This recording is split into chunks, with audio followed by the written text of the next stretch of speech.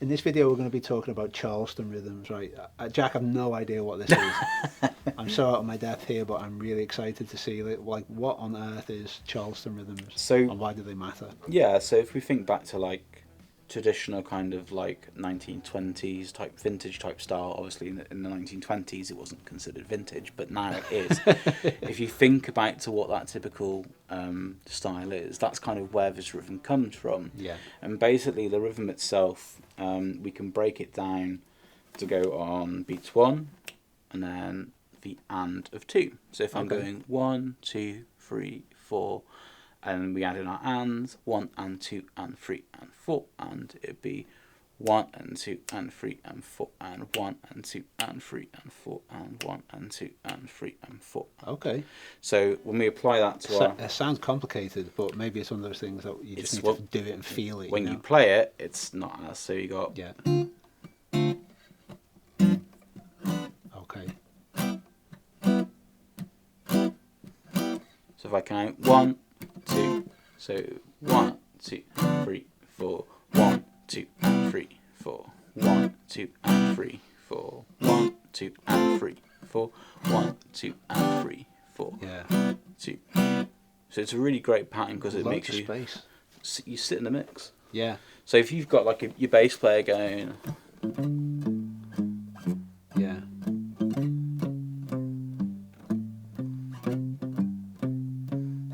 if you try that like, on your chord, so like your D minor, so you'd be like 1.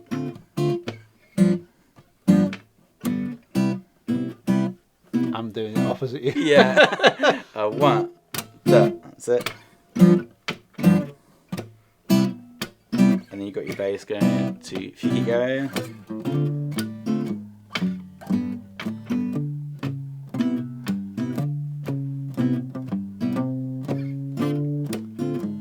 It just works, doesn't it? Yeah, it works really, really nicely because it's just sits really nicely in the mix. It doesn't compete. Nope. It's just there. Yeah. It complements really nicely. It leaves plenty of space. Yeah. Do you know what, mate? That's such a if I think about the amount of jams I've had over the years where people are like overplaying. Yeah. That's the lesson, isn't it? Of like how by playing less you contribute more. Yeah.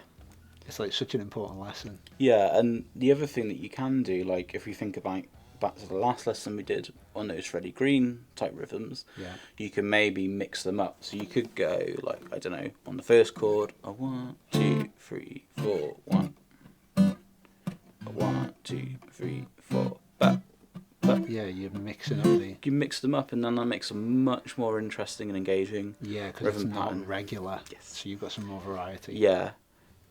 So how can someone practice that, Jack? Like, what's the best way for them to practice that? Would it be, just using the 2-5-1 pattern? Would it be using the other 1-6-2-5-1? Like, what's the best way for people to get that under the fingers, do you think? Yeah, either of those patterns would be great. There's a really good app called Drum Genius where it's got access to loads of like drum grooves, and you'd want to find like a slow swing or a medium drum beat. Nice. Other than that, is that a smartphone app or? Yeah, I think you can get it on iOS and Android. Yeah, what's it called, mate? Drum Genius. Drum Genius. I'll have to check that out. Yeah, it's got loads of different ones. I think you can get free drum loops free. Yes. And then you can pay for the 100 ones. It's like £5 or $5 or something like that. And you've got that as a practice through. Yeah, so it's really good for that, for timekeeping. You could play it to a metronome, or you could find, if you searched on YouTube for something like swing drum beat, backing track in A minor. Or something like that. It will come up, and you could practice those rhythms. Okay. But the thing I'd suggest to get used to it is to, like, if you literally count out loud, going 1 and 2 and 3 and 4 and then you just clap on those beats. So it would be like 1 and 2 and 3 and 4 and 1 and 2 and 3 and 4 and get into that. I often think the timing, counting's a really good thing to do to get it in, locked into your internal rhythm. Especially for people that maybe don't have a great sense of timing. Like some people can just get it. Yeah. But one thing that I've learned through years of guitar teaching is that some people just have better timing than others. It's just innate in some people. I think for the people that struggle with timing, specifically counting these things out is a great way to Yeah. get hold of it, you know, and Yeah. actually get started with it.